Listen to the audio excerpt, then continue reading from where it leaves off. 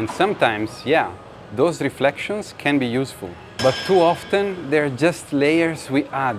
A mental fog that separates us from the raw truth of how really something makes us feel. Instead of sitting with discomfort, we try to explain it away. Instead of naming what hurts, we analyze it until we no longer know what we were trying to say in the first place. And the more we do this, the more distant we become from our experience. We start to live in our heads, but we are no longer in contact with ourselves.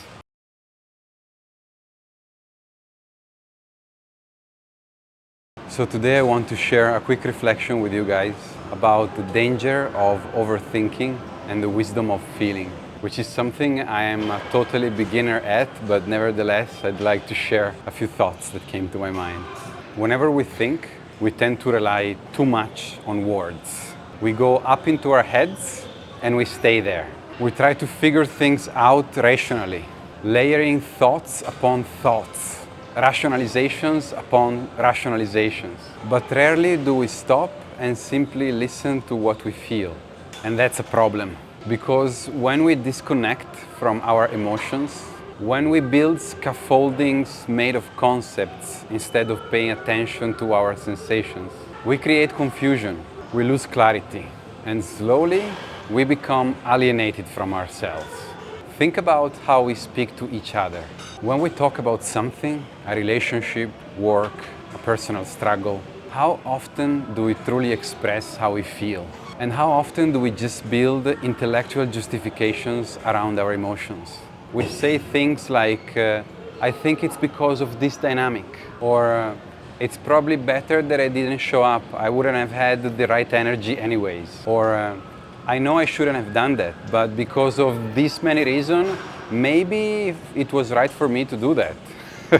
And sometimes, yeah, those reflections can be useful.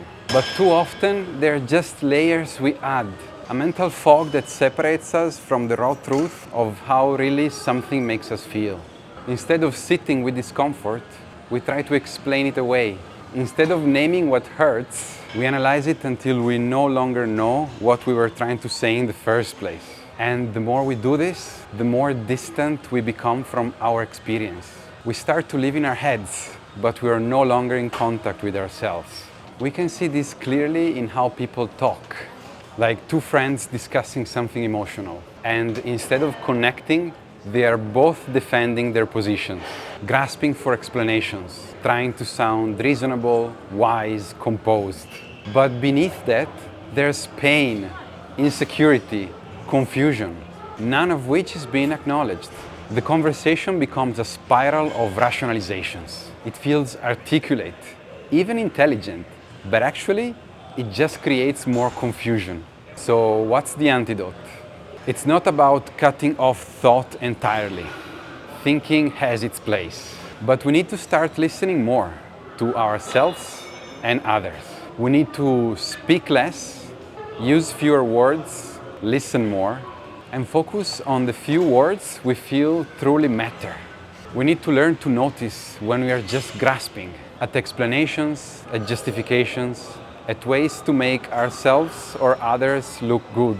And instead of covering up what we feel with words, we practice doing the opposite. Letting silence carry what doesn't need to be said. Letting a deeper awareness inform what does. This is a practice that comes with a mind that is calm, clean, and aware. Not from a mind that is caught up in endless thinking, trying to fix everything by building more mental structures. So the more we speak from our head and not from our heart, the more we lose connection with ourselves and others. But if we begin to reverse that, if we let go of the need to explain everything, if we stop confusing rationalization with clarity, we'll start to feel something shift.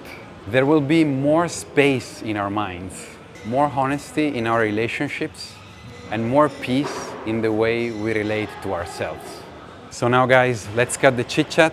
I'm thinking a little bit of cardio and then go home.